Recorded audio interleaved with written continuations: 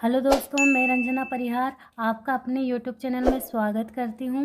पिछले लेक्चर में हमने अनुप्रास अलंकार को समझा था, उसकी परिभाषा को देखा था और उसके 5 भेदों के बारे में हमने जाना था। आज इन डिटेल इन भेदों को हम समझेंगे। सबसे पहले है छेकानुप्रास अलंकार। छेकानुप्रास अलंकार ये क्या होता है?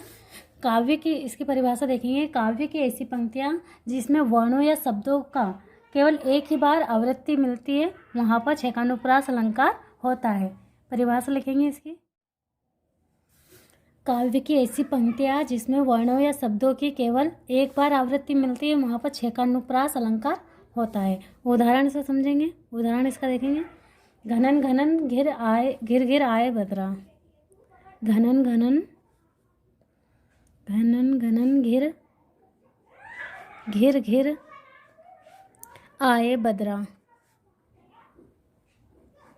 यहाँ पे घनन घनन ये शब्द है। घनन एक शब्द है। जब शब्द देखेंगे तो वर्ण नहीं देखेंगे और वर्ण देखेंगे तो शब्द नहीं देखेंगे। किसी भी वर्ण या शब्द किसी की भी अगर एक बार आवृत्ति मिलती है तो वहाँ पर छेकानुप्रास अलंकार होगा, और एक से अधिक बार आवृत्ति मिलती है तो वहाँ पे वृत्त्यानुप्रास होगा। उसको आगे देखेंगे। अभी यहाँ देखेंगे कि छेकानुप्रास में वर्णों या शब्दों की केवल एक ही बार आवृत्ति मिलती है।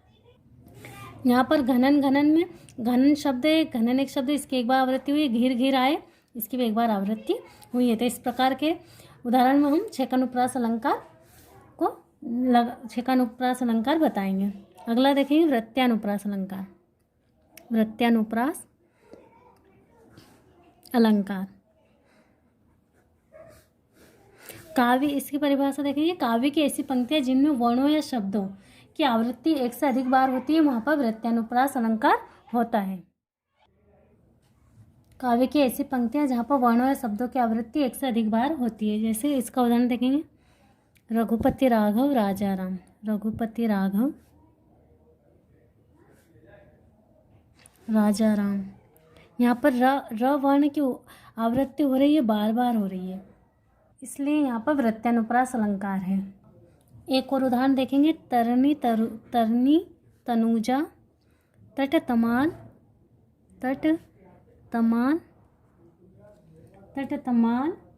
तरुवर बहु छाए।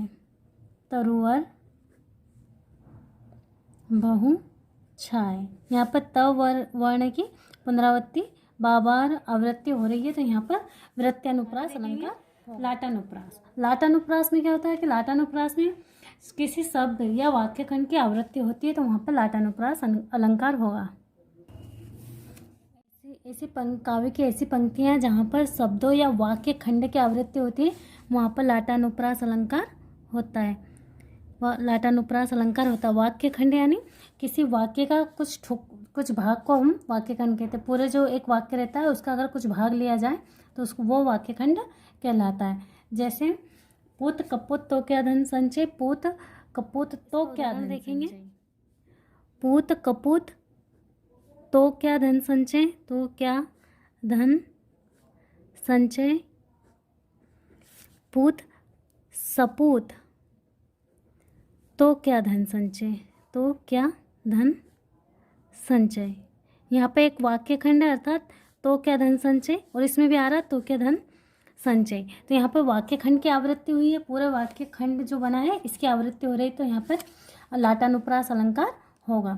यहाँ लेकिन इसकी एक विशेषता है कि जो लाटानुप्रास में इन शब्दों का अर्थ तो एक समान ही है। तो क्या धन संचय, तो क्या धन संचय, इनका अर्थ तो एक समान है, लेकिन पूरी इनके प्रयोग से पूरी पंक्ति का अलग अलग अर्थ देखे तो एक जैसे अर्थ है। ठीक है, लाटानुप्रास अलंकार देख लिया। अब हम अगले अनुप्रास को देखेंगे।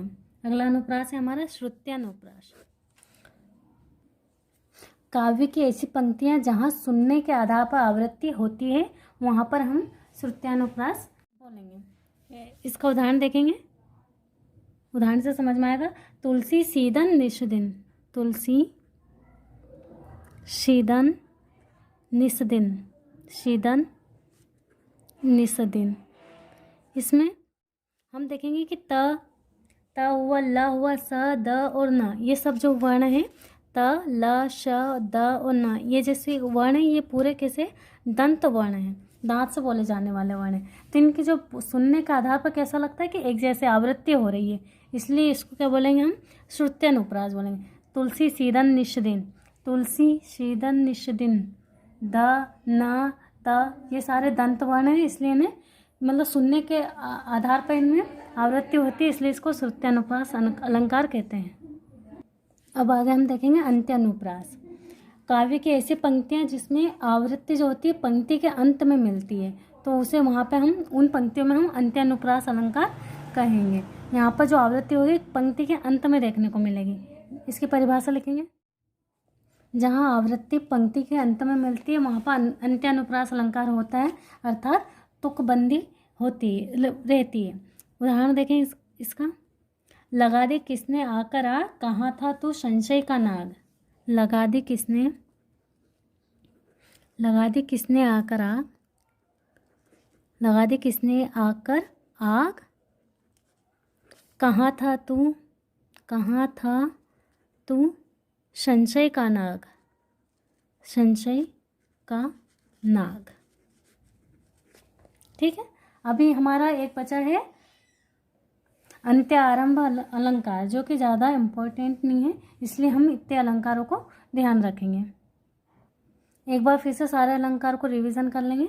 छेकानुप्रास अलंकार अर्थात काव्य की ऐसी पंक्तियां जहाँ पर वर्णों या शब्दों का केवल एक ही बार आवृत्ति होती है, वहाँ पर छेकानुप्रास अलंकार होता है। जैसे घनन घनन घिर घिर आए। अब जब यहाँ पे हमने शब्द देख लिया तो फिर वर्ण नहीं देखेंगे, नहीं तो कोई बोलेगा कि घ घ वर्ण की चाबा आवृत्ति हो गई।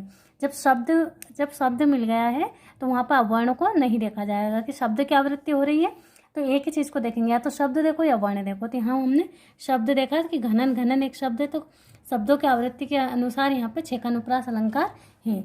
आगे देखेंगे वृत्यानुप्रास अलंकार। काव्य की ऐसी पंक्तियाँ जहाँ पर वर्णों या शब्दों की आवृत्ति एक से अधिक बार हो जाती है, तो वहाँ पर वृत्यानुप्रास अलंकार। जैसे रघुपति राघव राजा राम, यहाँ पर वर्ण को देखा है तो वर्ण जो र है इसकी आवृत्ति एक से अधिक बार हो रही है, इसलिए यहाँ पर वृत्यानुप्रास अलंकार हो जाएगा। लाटानुप्रास अलंकार, जहाँ शब्दों या वाक्य खंड की आवृत्ति, जहाँ पर शब्द या वाक्य खंड की आवृत्ति होती है वहाँ पर लाटानुप्रास अलंकार होता है। जैसे पूत कपूत तो क्या धन संचय, पूत सपूत तो क्या धन संचय। यहाँ पर तो क्या धन संचय एक वाक्य खंड की आवृत्ति हो रही है, इसलिए यहाँ पर लाटानुप्रास अलंकार होगा। श्रुत्यानुप्रास यानी जहाँ सुनने के आधार पर आवृत्ति होती है, जैसे एक ही वर्ग के वर्ण आते हैं, जैसे क वर्ग के वर्ण हुए, आदि वर्ण या दंत वर्ग के वर्ण हुए, औष्ठ्य वर्ग के वर्ण हुए। तो ऐसे जो वर्ण होते हैं वहाँ पर एक समान ध्वनि सुनाई देती है, इसलिए यहाँ पर सुनने के आधार पर ये श्रुत्यानुप्रास अलंकार लगाते हैं। अंत्यानुप्रास अलंकार, जहाँ पर की जो पंक्ति होती है उसमें अंत में आवृत्ति देखने को मिलती है, तुकबंदी देखने को मिलती है, वहाँ पर अंत्यानुप्रास अलंकार होता है। ठीक है दोस्तों, आज के इस लेक्चर में हमने अनुप्रास अलंकार के भेदों को जाना है। अगले लेक्चर में हम यमक अलंकार, श्लेष अलंकार, उपमा, उपमेय आदि अलंकारों को समझेंगे। ठीक है, thank you for watching this.